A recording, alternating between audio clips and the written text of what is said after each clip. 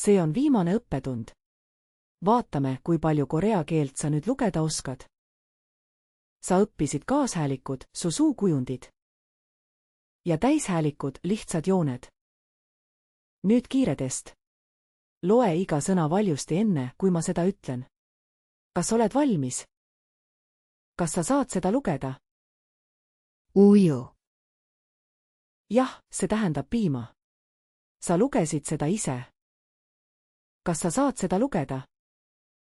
나무, Jah, see tähendab puud. Sa lugesid seda ise.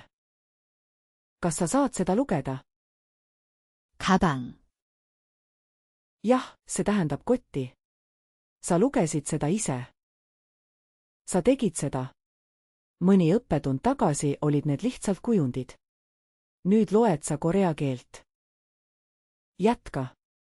Harjuta tasuta aadressil korean.viasom.com ja saa oma tunnistus. Link on allpool.